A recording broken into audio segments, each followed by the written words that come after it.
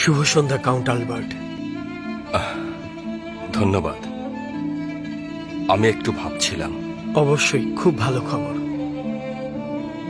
দেখছিলাম আপনি খুব মনোযোগ দিয়ে পড়ছিলেন। পড়ছিলাম? আমি কিছু পড়িনি, শুধু আকাশের দিকে তাকিয়েছিলাম। হ্যাঁ, আপনি আল্লাহর মহান কিতাব পড়ছিলেন। বুঝলাম না, আল্লাহর মহান কিতাব কি আকাশে আছে? পড়ার জন্য সবসময় কাগজে কিছু লেখা থাকাটা একেবারে জরুরি নয়।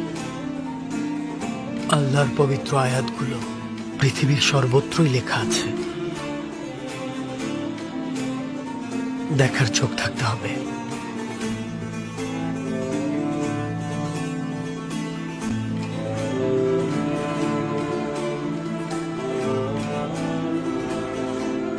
একটু বুঝিয়ে বলবেন?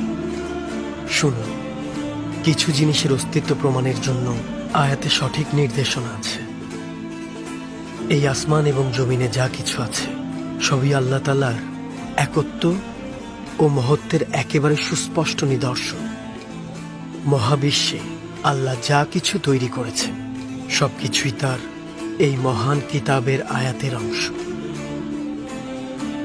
এই কিতাব পড়ার জন্য আপনার শিক্ষিত হবার কোনো প্রয়োজন নেই।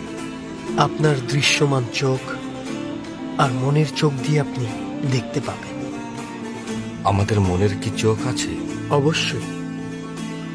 আপনার দৃশ্যমান চোখ দিয়ে আপনি শুধু এই সুন্দর পৃথিবীটাই দেখতে পান, কিন্তু মনের চোখ দিয়ে আপনি এর গভীর সত্যটাকেও দেখতে পাবেন।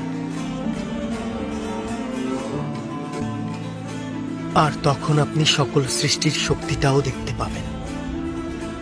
কিন্তু মনের চোখ দেখতে পায় তা কিভাবে বুঝবো? দুই চোখ দিয়ে যা দেখি তা যদি আল্লাহর কথা মনে করায়, যদি তার সুন্দর সৃষ্টির কথা মনে করিয়ে দেয়, তাহলে বুঝতে হবে আমাদের মনের চোখ দেখা শুরু করেছে। ওই বিশাল আকাশ আর আকাশের গায়ে জ্বলে থাকা হাজার হাজার জলজলে তারা আমি কখনোই দেখিনি। তাহলে এখন আপনি দেখা শুরু করুন